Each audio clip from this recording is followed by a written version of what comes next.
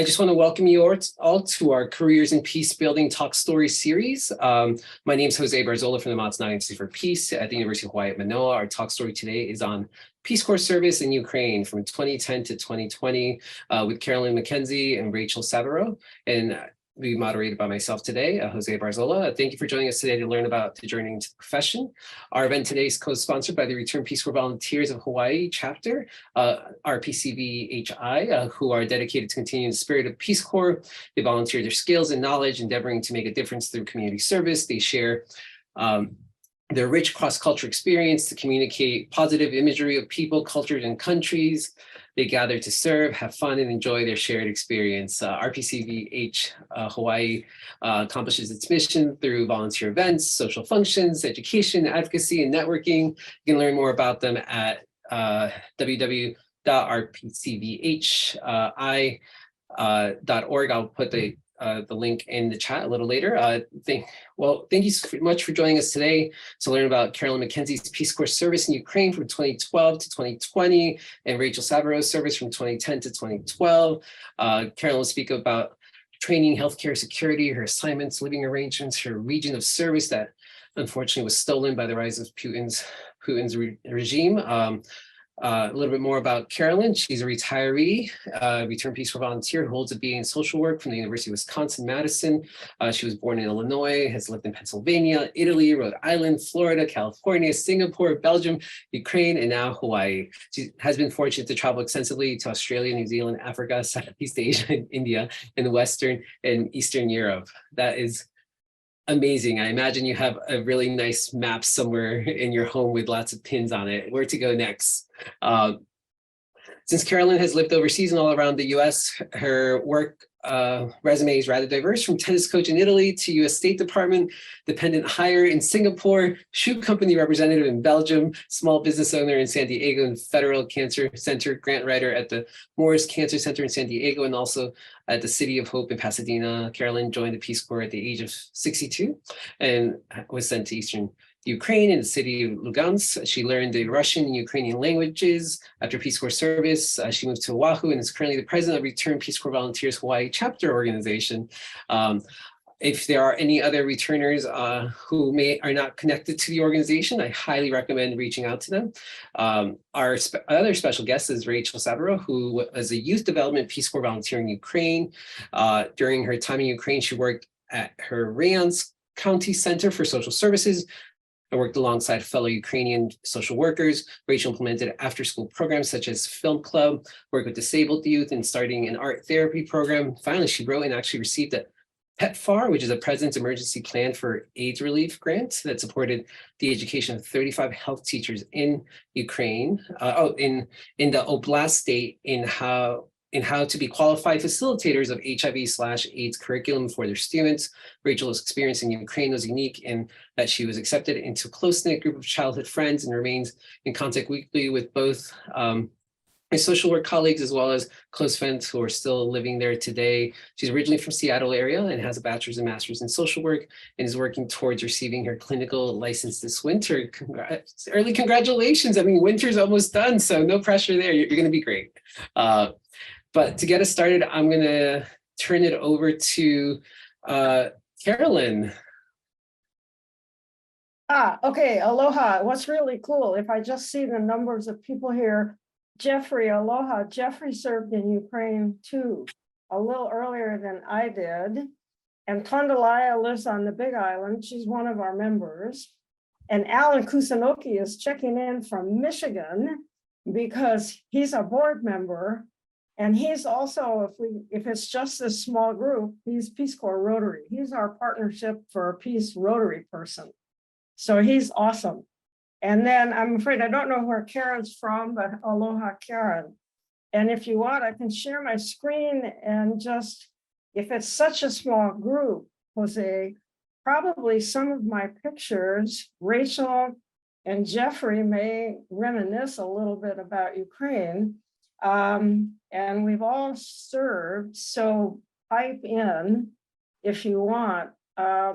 But if you want, I can just go the questions that we did. Let me do this. Let's see, my assignment. This is the basic information. Let me open that up. Start slideshow from beginning. There. Does that work, Jose? Or no?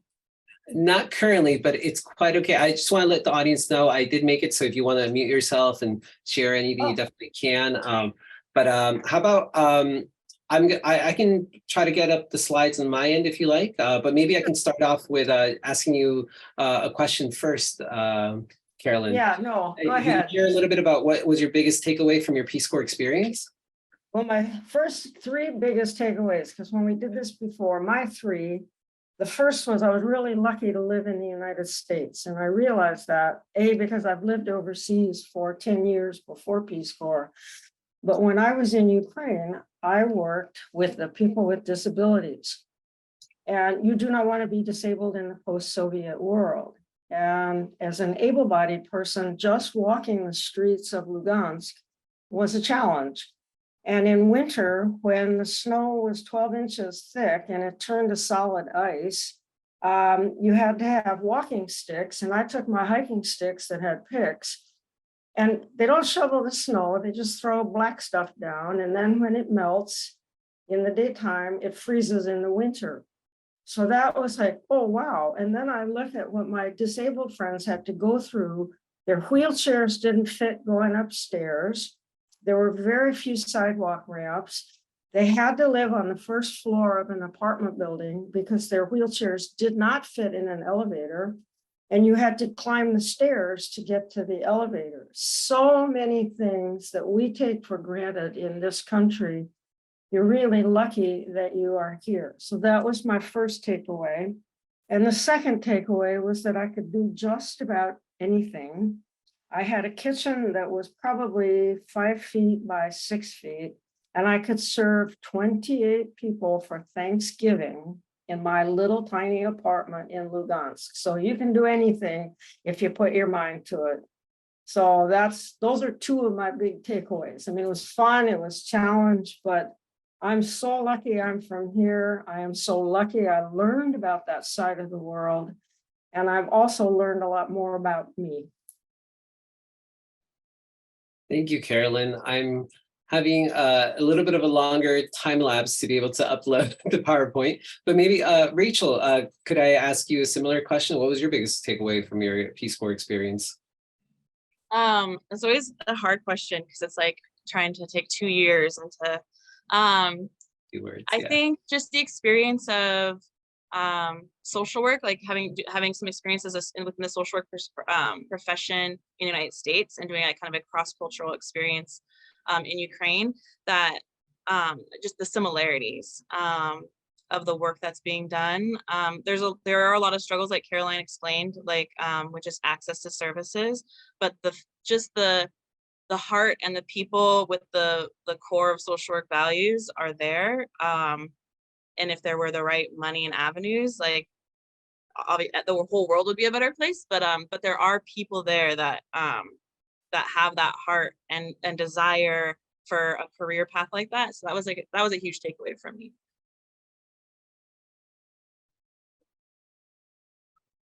Sorry, did I go too fast? Did I go too fast? No, that was really great. This PowerPoint's taking a little bit to upload, but it's all good. We have a couple more questions here. And if anyone in the audience has any questions, please feel free to jump in or put it in the chat. Could you, Carolyn, I'll turn it over to you. How is your Peace Corps service, helping you or assisting you or, today? Well, today, because Rachel and I both, the thing that's interesting is Rachel and I served at the same time in the same group, but we didn't get to know each other until we moved to Hawaii because Ukraine is so big. It was a 36-hour train ride from my side to her side. So what brings a lot of my Peace Corps service now is because we served in the hot topic country of Ukraine. All of a sudden, people are really interested in, oh, wow, you were over there. Oh, wow. And because I served as an older person, it was like, oh, my goodness, wow, Peace Corps is still alive. So what I am discovering in my post-Peace Corps life is that it is number one of the world's best. It is the US government's best program for use of your taxpayer dollar. And I speak to Rotaries and I speak to church groups and I speak with friends. And I've had nights at home sharing my pictures because they really don't understand that side of the world. So for me, again, my big takeaway is I understand a little more about that side of the world.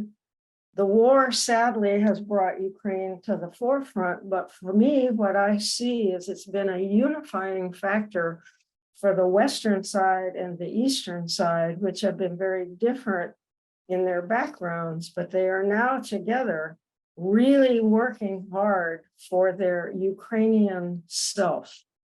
And the groups that we've met here in Hawaii, they found a little church, and I have actually worked with Ukrainians. There's quite a diaspora here, and they're amazed that an American older person went to Ukraine and that I worked there.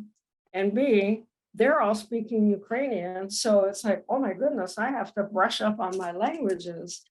But they have found this church, which has really brought home the minute you walk in the door, you are back in Ukraine. I am back where I was in a little church in Lugansk.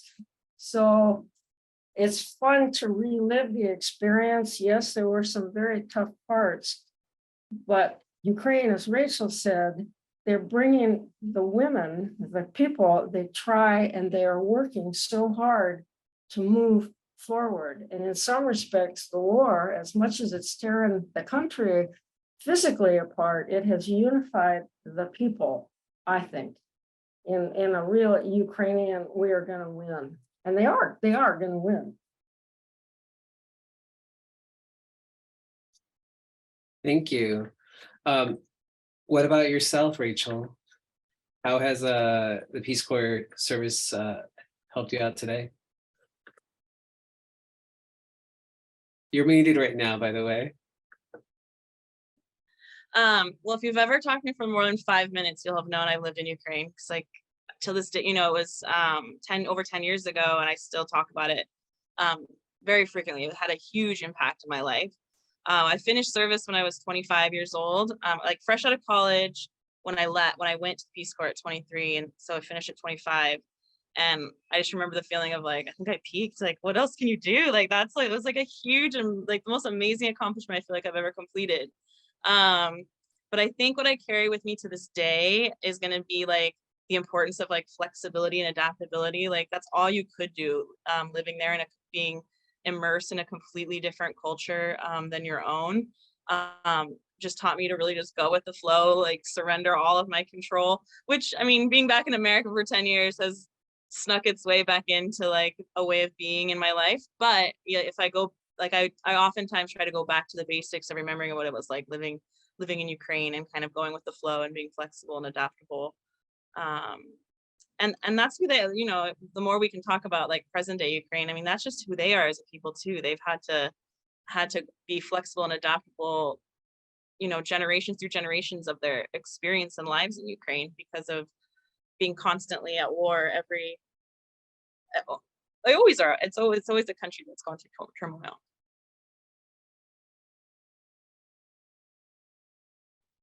Thank you. So Carolyn, good news. I was able to get the presentation up and going. So if you like, we can, I'll share screen and then you can kind of take us through, you know, a little bit of a story. Sure. Share the screen. And this is, let's see. Okay, so basically, this was the presentation. That screen shows where all of us serve, the country of Ukraine. And if you can imagine, it's a 36-hour train ride from way over Lviv to Luhansk. And I was on the very Russian border side. The picture of all the people in the wheelchairs, that was our picnic, and we had gone mushroom picking. I don't know if Rachel ever had the chance, or Jeffrey, when you served, if you went mushroom picking in October, but we went to the office, the mayor canceled my presentation. So the group went, okay, let's go mushroom picking. It's time. It was fun. And the two books that I have, when I talk to Rotaries and meet with friends, the book Borderland was what we read in training. And it basically is a 9-10 chapter book on the history of Ukraine, because when the Soviets let Ukraine go in 1991, that was the first time that Ukraine had ever governed itself. So in learning about Ukraine, the Western side was overrun by the Holy Roman Empire, the Germans, the Lithuanians, the Poles, Austro-Hungarians, you name it. And the Eastern side was Catherine the Great. Then this was my training city. I don't know if Rachel trained in Chernihiv or if Jeffrey trained there, but Chernihiv in 2010, the main square, there was a fire truck and firemen's convention in Chernihiv. And to this day, firemen are the best looking men around the world, okay? And that's a 75-year-old telling you that the square is now gone. It is absolutely obliterated. My apartment building, which had the green balcons, I'm not sure what's left, but Chernihiv had 385,000 people when we were there. And I believe there are only about 65,000 people left. It's been bombed out. Go ahead, next slide if you want, Jose. That's my group. So after finishing with training, I was assigned to work for a group advocating for the disabled young adults in Donbas region. And as Rachel alluded to, my group, the people in the wheelchairs, Tanya, her husband, Sasha, and the gals in the wheelchair, those were all my friends in the office. And they worked tirelessly to get kids into school, to work on the access for people with disabilities. And next slide, go ahead. And so part of what I learned how to be a PowerPoint expert while I was working over in Ukraine. And I also learned how much my family could support my work. The picture of the presentations, the right-hand corner, the IDEA Education Act, those are pictures from my daughter's classroom school. And she sent me pictures so that I could show teachers in Ukraine what American students do and what mainstreaming is, and how 90% of children with disabilities are in local schools. And of course, this amazed the teachers that they were actually being taught in schools. And my group asked me to talk about disabilities, what happens, what do we do in the United States for people with disabilities. It was interesting because I learned so much about what we do in this country for people with disabilities. The last picture is over in the bottom right-hand corner. My architect brother sent me all sorts of information on the ADA rules for buildings and accessibility and transportation. So my family helped me learn about this country and what I could show my friends in Ukraine what we do. Go ahead, next slide. And the reason my group asked me to show these pictures, get these presentations out, was that the center picture, the green, that is the bathrooms in the schools in 2010, 2011, and 2012. They were step up to holes in the floor. And when asked if we wanted to have a water project to clean up the bathrooms, especially the schools that had outhouses, basically the school administrator said, no, the kids are used to it. But a disabled child couldn't use the facilities, so hence he couldn't go to school. The sidewalk, the picture at the bottom right, is the wheelchair access in the sidewalks. And it's just amazing that people would actually attempt to take their wheelchairs up this. The bottom left, we were taken to the rehabilitation hospital in Donetsk.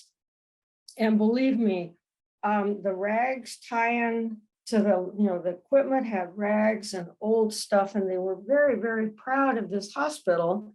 And the top left-hand picture that's where we parked the van, and that was the only manhole that had a cover. So if you weren't careful looking, you would end up in the hole and then end up in the rehabilitation hospital.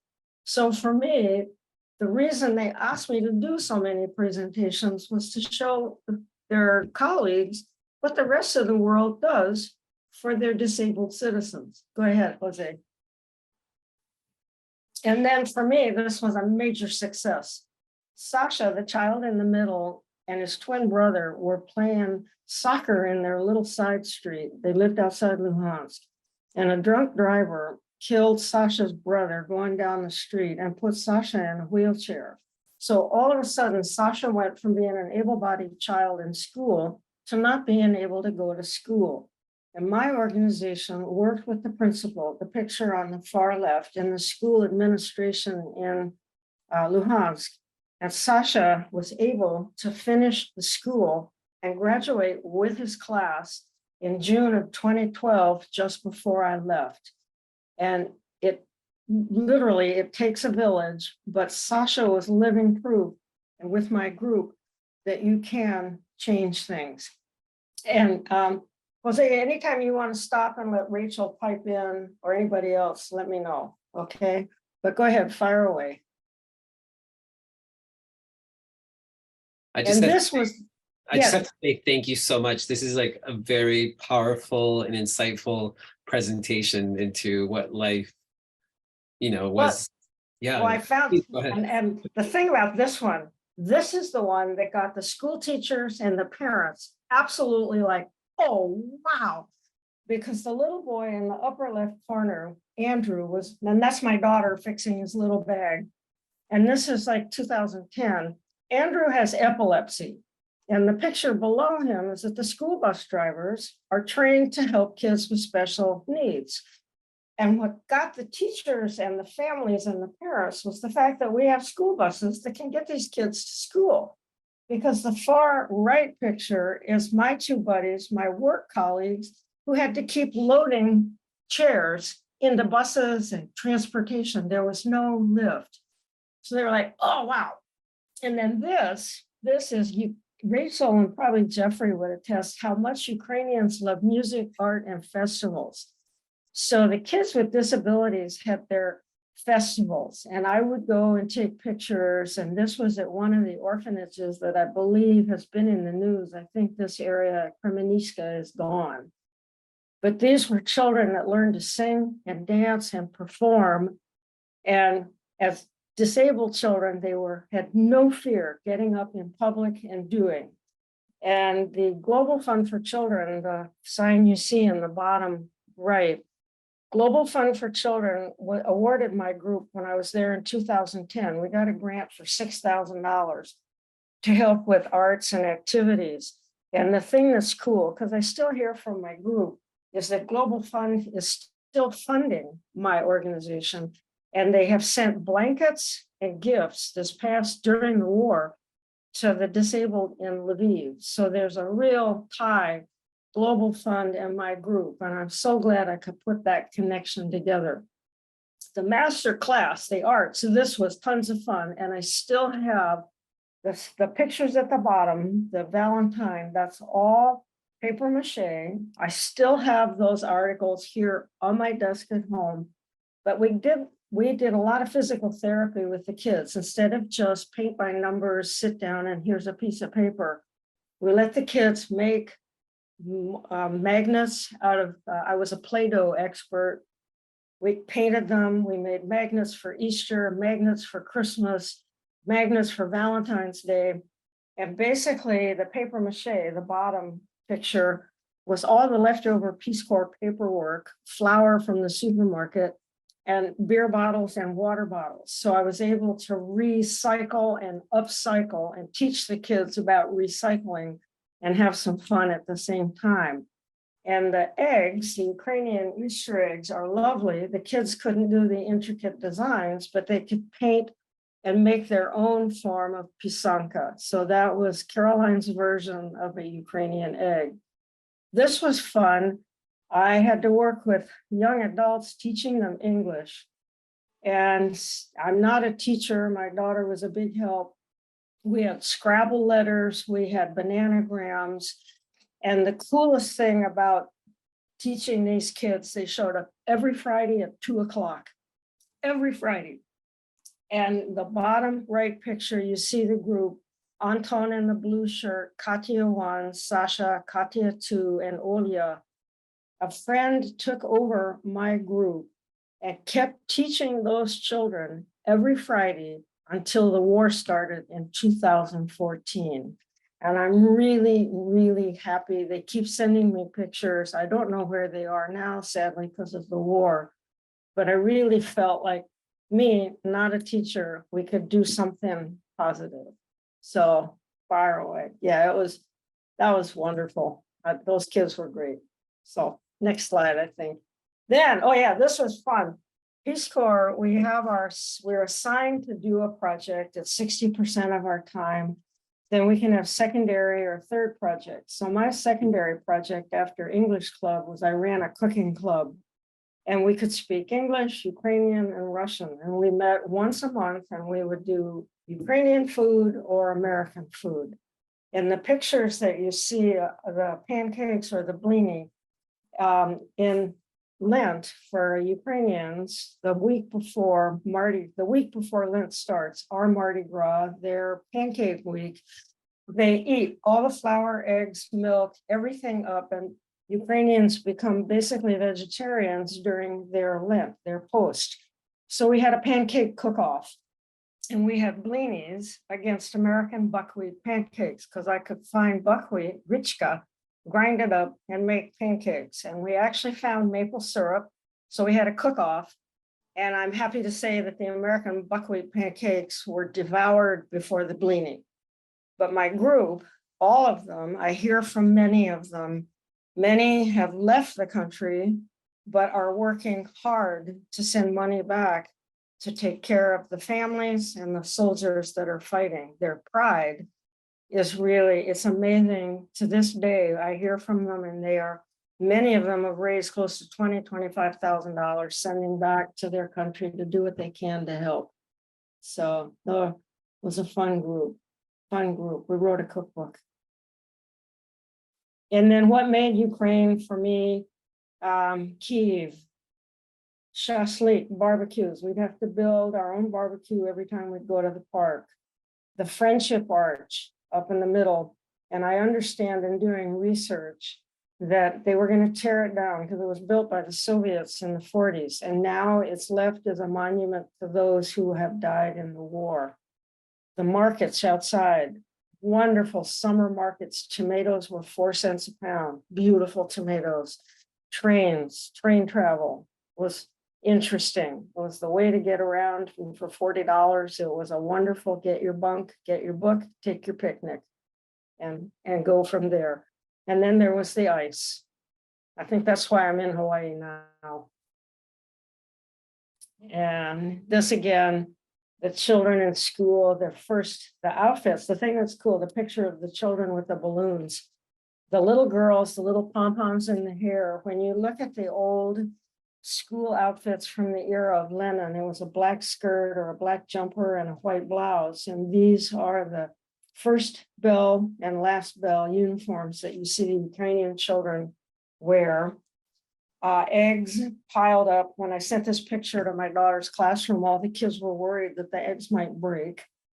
And then the picture at the bottom right is my kitchen. And literally I did cook for 27 people out of that little tiny space. And above is one of the big massive apartment buildings. I think that's a Gorbachev style. It was 11 stories with a lot of elevators. And then this was Luhansk before and Luhansk now.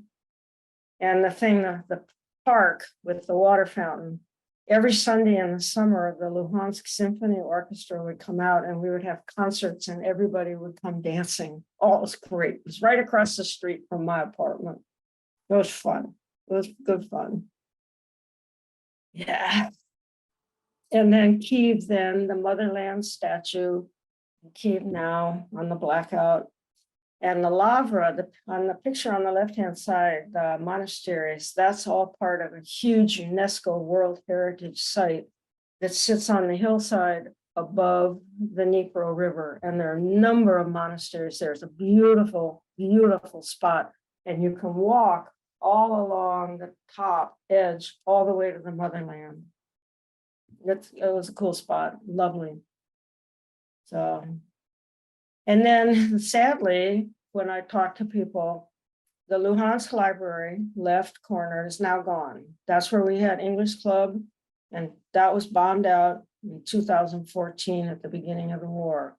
You've seen St. Michael's Church, the Blue Church. A lot of reporters have stood in front of this church when they're reporting the news during the war. Down below is the Crimean Tatars Palace, Bachchisarai, Crimea, and I have no clue if that is still alive. But for those who live in Hawaii, the inside, much of the mosaic and Islamic art is, you can see the same thing at Doris Duke's charitable, her house out there in Diamond Head, the Shangri-La. It's interesting to see the similarities. So, yeah, anyway. And then this is history repeating itself for me. Another one of my takeaways in this world that we live in. Stalin enforced a famine in 1931 and 1933. And this was a museum to the Holodomor, the genocide museum, commemorating the 7 million Ukrainians that were killed in his enforced famine. And it's like our Vietnam Memorial Wall. And it sits on the walkway, on the way to the Lavra, on the way to the Friendship Arch. And it's a reminder of the past, and we can never forget. But what I also learned about that was that the price of bread in Ukraine is kept at, I think, is it 3 or 4 hryvnia, Rachel, because of that grain, and the grain, because of Stalin's enforced starvation, bread is never wasted, and it's had its price support kept. So anyway, and that's, I think that's it. And then this is all about Peace Corps. And if you know how to recruit that. So, but Peace Corps response is really cool. And I've met a lot of people who don't want to do long-term, but Peace Corps response is the short-term, high impact. It's a wonderful way to serve your country and be overseas and maybe not be able to do 27 months, but do less than a year. So thanks for letting me share. No, thank you. I'll turn it over to Rachel if you have, I know that you had also another. Yeah, I can share my screen. I'm a Teams girl now, though. I haven't used Zoom in a long time. I know. Okay. And apologies, I might have just thrown this together last night, or this morning. Amazing. So yeah, I did my service from 2010 with Caroline. At that time, we were the largest post in Ukraine. We had I can't remember, we got up to like 144, 244. It was crazy. It was huge. This is the crest of Ukraine, which it's in Ukrainian language. There's like a shape here, like a B, an O, an L, and then a backwards R here, which is means Volya, which is freedom in Ukraine, and that is their crest. Very important symbolism of Ukraine. I wanted to, kind of reference us of where we're going to be at with where I was living and serving. So here on the left is Ukraine. Over here is where Carolyn was. Carolyn, up here? Over there. Right here? Okay. Yeah, down in the little slip going into the Russian, right there. Okay. Right up there. That was me. Okay, so Caroline was, she was about as far east as you could get. Myself, I served in the west, right over here, right nestled above Moldova. And this oblast here is called the Chernivtska Oblast, which we can kind of is similar to like maybe counties here in the United States. And then, so here's a closer, sorry, this is the best picture I could find, but it's blurry. But Sokirani, where I served my 2 years, was right here.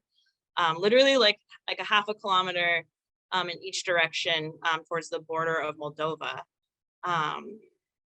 And so this is my training experience. Your first 3 months in the Peace Corps is dedicated to language training, culture training, and also like a project. And since we were a group of youth development volunteers, which I was, and then community development volunteers, which Caroline was, it was usually a program or an assignment in relation to that. This is my cluster group that I studied language with. Here's one of our language classes and the language on the wall, which gives me a headache looking at now. And I'll hear on the floor the game. My language teacher was Volodya Kondrutuk. I think I was probably in the group of the luckiest volunteer. He's like one of the teachers that if you're ever in elementary school or grade school and you just, oh, I wish I had that teacher. Their teacher's so cool. That was Volodya. He was like, you were jealous if you didn't have Volodya. So I was just so lucky and grateful to have had him.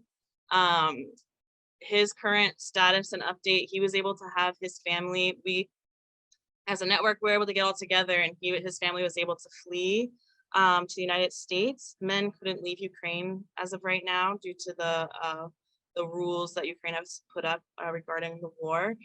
So he stayed. I think for a while he stayed on the border of Poland and helping people trying to leave through that Polish border, because he speaks both Polish and Ukrainian, probably tons more languages too. But Volodya is one of the best people I've ever met in my life. You also for 3 months will live with like a host family, or like me, a host babusia. So this is me and Lydia. She's a single woman. She was a pensioner who also worked on the side at the university in Kiev, renting out the balls and equipments to students, which I could just imagine her doing that. She really like adopted me as one of her own, and we had a very special like familial relationship. And I know when I left to go finish my service in another part of the country, she like opened up like a very special bottle of wine. I felt very honored and privileged. I was actually able to contact her too right when the war broke out. It was hard because I had to find her house phone number, track that down, and call using money on Skype. Anyway, it's not like my friends in Ukraine now who have like WhatsApp. I had to like track her down, and she does live just outside of Kiev. She's heard the bombs, but she's been safe. She has plenty of food. So she's just surviving. Ukrainian women and grandmothers are kind of notoriously known for being strong survivors, and that's definitely what she's doing. After 3 months of language and culture, I went to, this is my town that I lived in for 2 years, called Sokirani. The first time Sokirani was ever mentioned was in the 1600s. I don't know which war that was, but it was where people from Moldova were fleeing into this really thick, densely forested area. And a sokir is a axe. So they axed out like their own little safety and home, and it became Sokirani. So that is where I lived. The first thing that most, I think, volunteer, I'm not gonna speak for every volunteer, but most volunteers do, will start an English club, because it's the first thing you can do. It's always usually needed. It's a great way to build trust and gain presence within the community. I had no business teaching English. I barely speak it well enough myself with all the slang that I use and whatever. And also like English, when I started teaching it, I'm like, why do we do things? It was so difficult. But honestly, it was more about, any after school free program that is like either educational or whatever is going to be a benefit in any community, no matter how great of an English teacher or how horrible of an English teacher you were. So lots of times we dedicated just to playing games, scavenger hunts. I never took a foreign language growing up. I did sign language in school, but I knew that like a lot of my friends, they were given like English names. So I think there's a picture there. I gave or they chose their English names, American English names. Another thing that I was really proud of that I participated in was something called Camp Glow.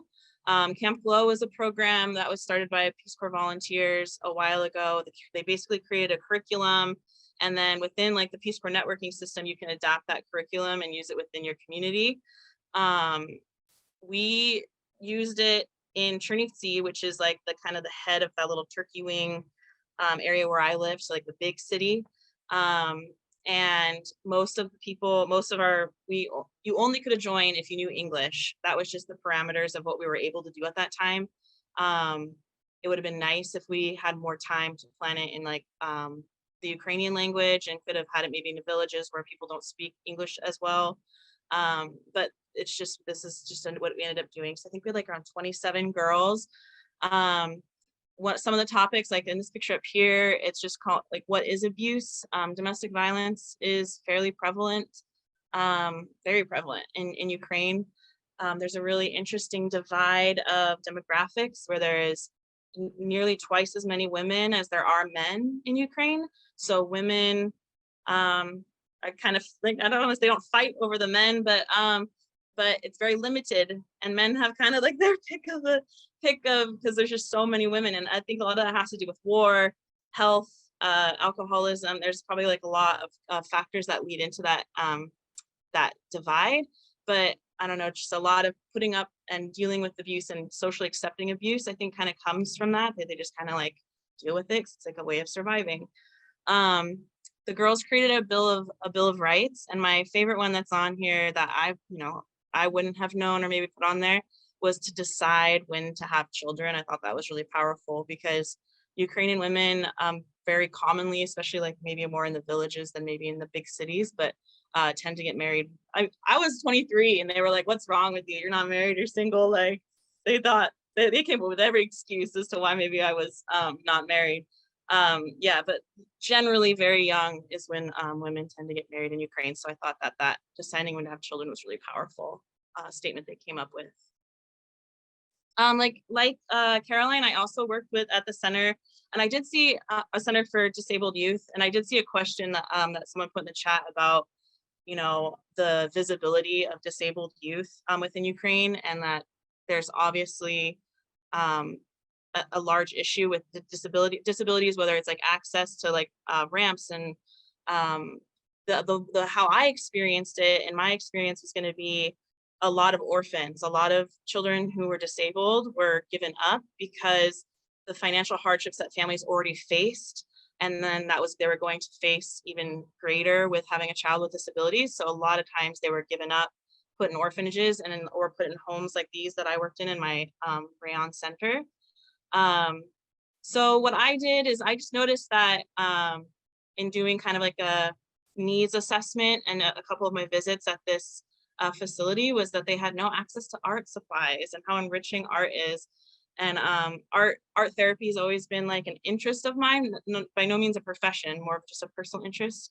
And so I wrote home to family and friends because the access to art supplies there are so limited. Even like if you think of in the form of disability, the pens were so tiny there and not enough for them to grasp and hold on to easy. So I asked for thick Crayola, and pens, markers there might last for one day. And so I'm like, give me Crayola, I need like things that last a long time. So I got a huge box of art supply gifts that I got to use and bring and share with that community. The other thing I wrote, which I mentioned, I already did, was what's called a PEPFAR grant, which is the President's Emergency Plan for AIDS Relief. At the time, I can't speak for now, but at that time, Ukraine had the fastest growing HIV/AIDS rate in all of Europe.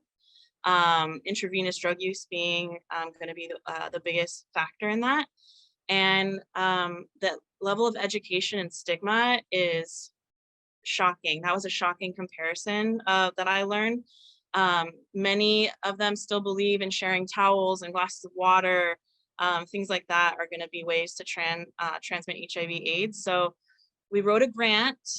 We got a lot of money. This picture comes from this man here with the collared shirt. He comes from Kiev, and he is a certified HIV/AIDS trainer. And each one of these women is going to be a health teacher from one of the schools in each of the cities in the oblast or county that I lived in, and to teach them correct, even though sometimes maybe they didn't believe us. They're like, nah, yes, you can get AIDS sharing towels or HIV sharing towels. It was a start. It was, and I love that it came from a host national, because one, of language, and two, someone within their own community that could listen, this is the truth that I'm teaching you, and that we need to be talking to our kids about. So we did that training. Also part of this PEPFAR grant was that we planted 120 roses. They were supposed to all be red, but I think some of them were yellow and other colors. And we were going to plant them in the shape of the red ribbon for HIV/AIDS awareness. So these are kids that came out to help us plant all the roses in front of the hospital, and that's me wearing gloves, planting roses. And then we finally had a like a culmination presentation of an HIV AIDS education program at the local House of Culture. And then finally, what has come to Ukraine was Google Earth. And so I was able to see what they looked. I haven't been back to Ukraine since I've left. And I didn't really want to ask someone to go and tell me if the flowers were still there. So I just Google Earth, and sure enough, these are the roses that we planted that are there in front of the hospital. So I thought that was kind of nice. Another thing within the Peace Corps, again, you're always gonna be helping people out with maybe their projects. This was a really amazing project someone started in Ukraine called Shoteke Piazza Vatsetsim, like I can still speak it a little bit, which means ask me what 527 is. And Ukraine does have a human trafficking issue, which is where many Ukrainians will leave the country for work to send money back to Ukraine, back to home and family. However, a lot of our jobs are going to be fraud or based out of human trafficking.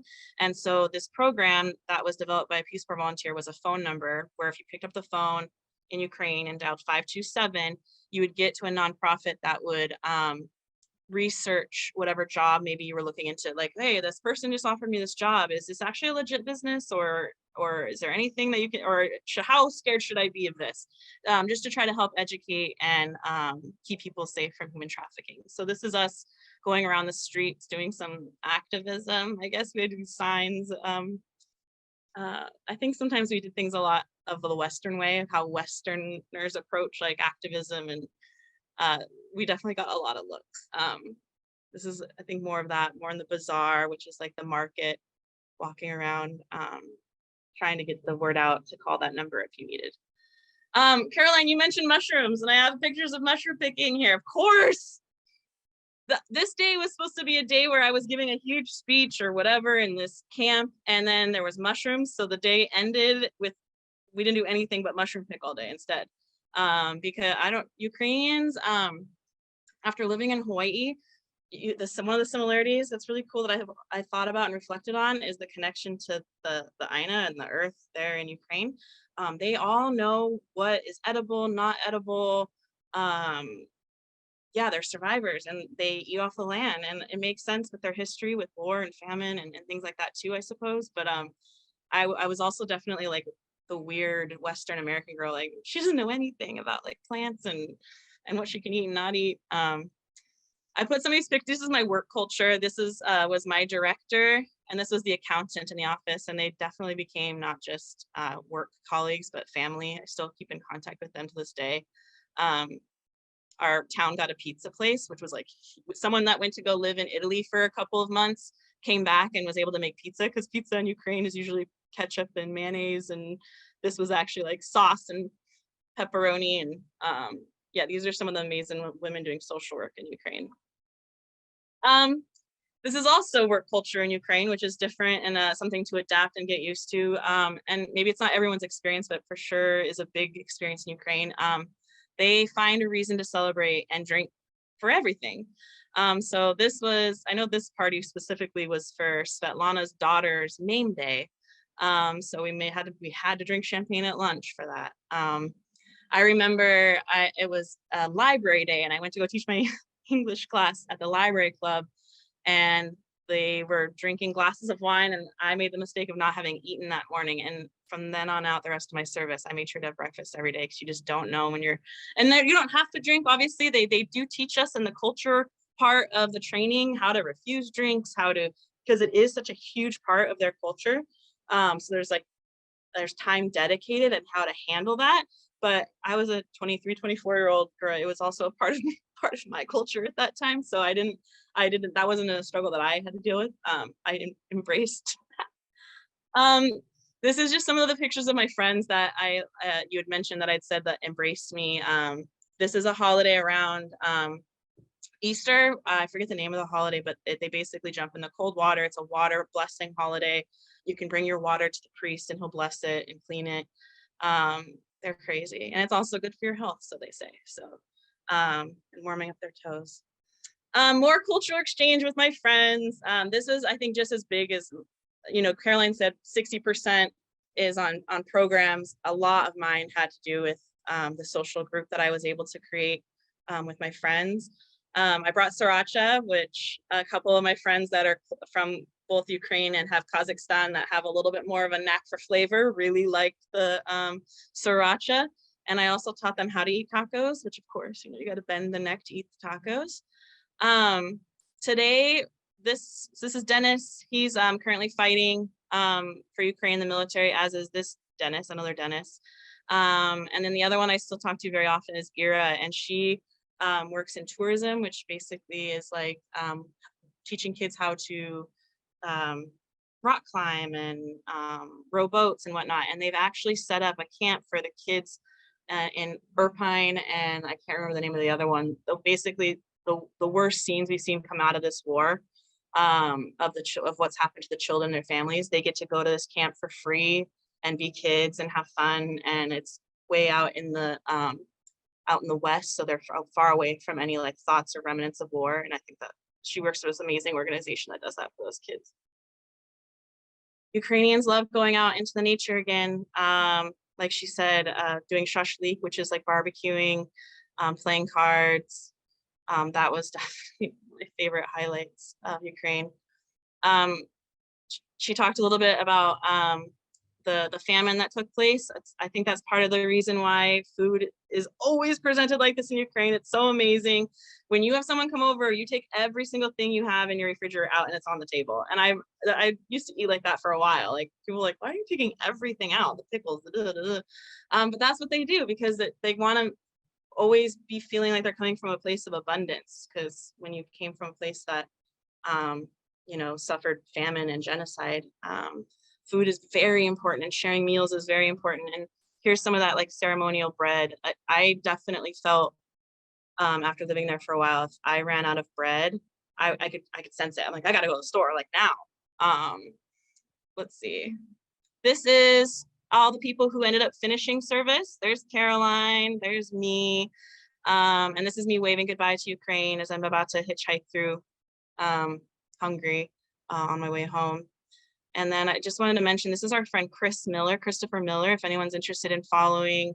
He writes for Financial Times now. He used to write for Reuters and BuzzFeed, but he's currently still in Ukraine covering the war. He just posted a picture with Zelensky, and I have really fun stories of this kid. I'm like, I'm taking pictures of presidents in foreign countries now. Ira was actually, this is Ira and I in Ukraine. She was my director. She was able to come here to America on a cross-cultural social work program. Because of the work that we did and the recognition that she was able to gain, she was invited to come to this program in America. Specifically, this is in Oregon.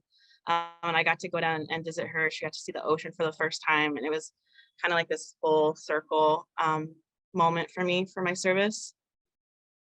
This is my cat, Luba. She gets, all Ukrainians tend to name their cats American names, Rex, Teddy. I met a John Kennedy dog before. So I was like, hey, I'm gonna name all my animals Ukrainian names. So it's just also an excuse to put my cat in this presentation. These pictures really important to me. This is my best friend from the Peace Corps that I made, a fellow American, and this is her counterpart director. This was in 2010, and this picture was taken in August. So she was able to flee to America with her daughter about a month before the war started, with fears of war rumbling. And when she got here, war did in fact start, and she was able to gain refugee status. And this is our first time reconnecting after 10 years, and it was like another heartwarming moment. And then this is just my favorite picture, because in Ukraine, this is the kind of stuff you see. Like, you're just walking down the street and there's a guy with a Cossack hat walking his goat. And sorry, I talked really fast. I just had so much. I have so much more I want to get through too, but that's what we'll do for today. This is amazing. Thank you so much. This is quite insightful, and I love the, you know, dichotomy of both of your just experiences. And I do want to, I mean, we had one question from the audience. I think Carolyn, you want to jump in on that one? Jeffrey was asking about people don't think they're disabilities. For me, what I learned is that it's an old Soviet mentality that if you were born funny, you were put in an orphanage, and all the nice ladies. Oh, That was an attitude that I had to fight. Plus, as Rachel mentioned, we met, I've met a wonderful Orthodox nun, Sister Odia, who had studied at University of Arizona. She spoke flawless English, but she went back to Ukraine. She's a nun, and she had adopted children that were left in dumpsters at the railway station and in different spots. One child, Sasha, had a hair lip, and his parents didn't want him because he was born funny, so they just left him behind. The little boy had horrible cerebral palsy, and he was stiff. The parents didn't know what to do with him, so they just left him behind because somebody would take care of him. And my group was trying to help bring the fact that Ukraine had signed the United Nations Charter for the recognition on the rights of everyone to have a right to school, education, to work. And so we were trying to hold Ukraine and all the authorities accountable to put their money where their signature was, that people with disabilities had a right to go to school and to act, which was why for me, Sasha graduating from his high school was such a big deal. And to see Sister Oya with these 3 children, and I could go dig up the pictures somewhere, but Sasha and a friend of mine was like, get that child to one of the doctors or whatever, you fix his hair lip and he can speak. And Sister Oya worked with the massage kids and the rehabilitation students at Lugansk University. And before I left, he was moving, sitting in a wheelchair and feeding himself. So it's all a matter of educating and changing an attitude that was basically in their culture. To me, that's the answer that I saw, Jeffrey. I don't know if that's what you saw, but for me, we had to change a mindset. The teachers were like, why do we have to teach these kids? Just put them in an orphanage. And it's like, no, they're entitled to education. They're entitled to a right to go to school. So I also think there's like a paradigm of both, like, I don't know if you experienced this, Caroline, but Ukraine is very about presentation. I know I was like the sloppily dressed American. You go out, you gotta have full face of makeup, be in your high heels, or you're very your clothes need to be ironed and pressed. It's very much about showing and presenting strength and uniformity, and I think they, unfortunately, in that, then people with disabilities get lost and try to be hidden. So it's kind of almost like this paradigm of trying to show strength, of always being at war and trying to put this front on. And with that, I think a lot of the disabled youth are trying to be swept under the rug or ignored or hidden. Yeah. thank you so much for everything you've all shared today. I greatly appreciate you both. Last question, any piece of advice for anyone looking to apply to the Peace Corps? Maybe we'll start with Rachel this time. Sure. My advice would be, if you're doing the 2-year Peace Corps, not just the response, which is the 6-month, to make sure it's something you can commit to, because there is, it's more than just a title for yourself. Like, you're committing to a community, you're committing to a country, not just your own, but another country. Anyway, so people can, life happens, and people do need to leave for whether it's health or family reasons. But other than that, like, I would just try to really go into the mentality of that to make it the 2 years, you're gonna want to quit. It's the hardest and the best experience of your life. The roller coasters are insane, but that just kind of goes with the territory. And to stick it out and have that intention to stay there for the 2 years. And you don't get to be called a return Peace Corps volunteer unless you make it to 2 years too. So you're gonna get the status.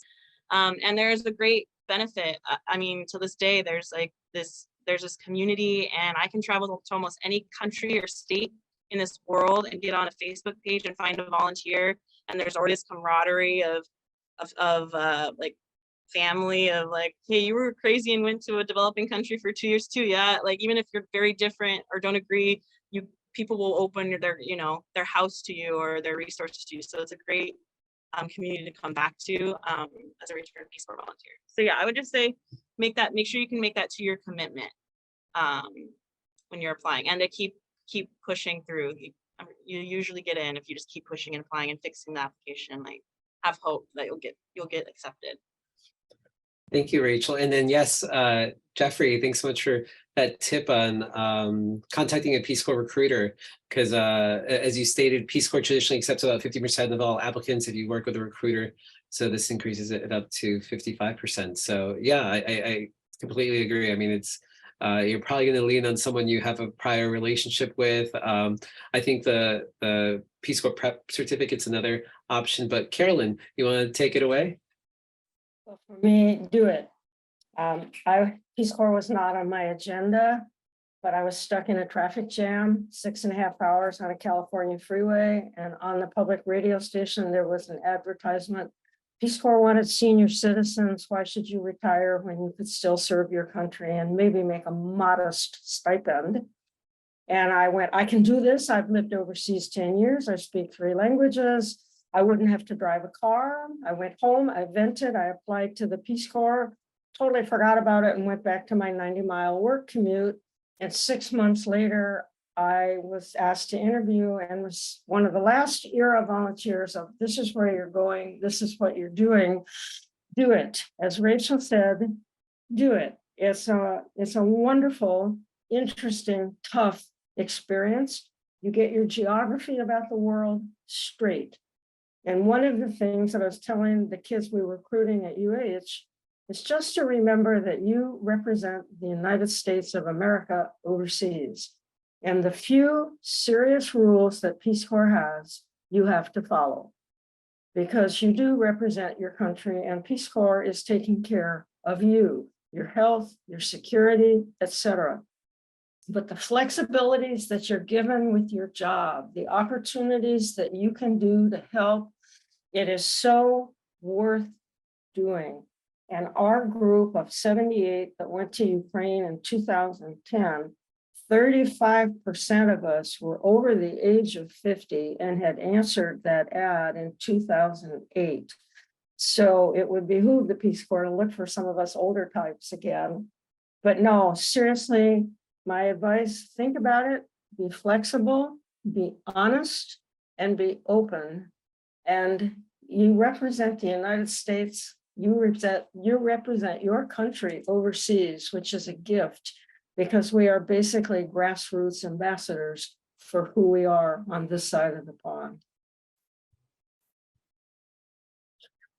Thank you so much, Carolyn and Rachel, for allowing us to learn about your work and just the amazing experience that you all got to partake in, just the connections and the relationships you were able to build. And I love that you're still in contact with them. And the fact that Rachel went through so many different layers just to find that home phone number. Most people don't have a landline nowadays, but that is just a very, US mindset. And so it just shows the love that you all were able to develop with the community. And I really do appreciate the work that you all have done and continue to do. I mean, I always talk about how peace building is about relationship building, and that's exactly what you've all done and continue to do, and you continue to nurture it. And look forward to staying in touch and just seeing how it all kind of blossoms. And this war too shall pass. And so hopefully there may be a reunion in the near future.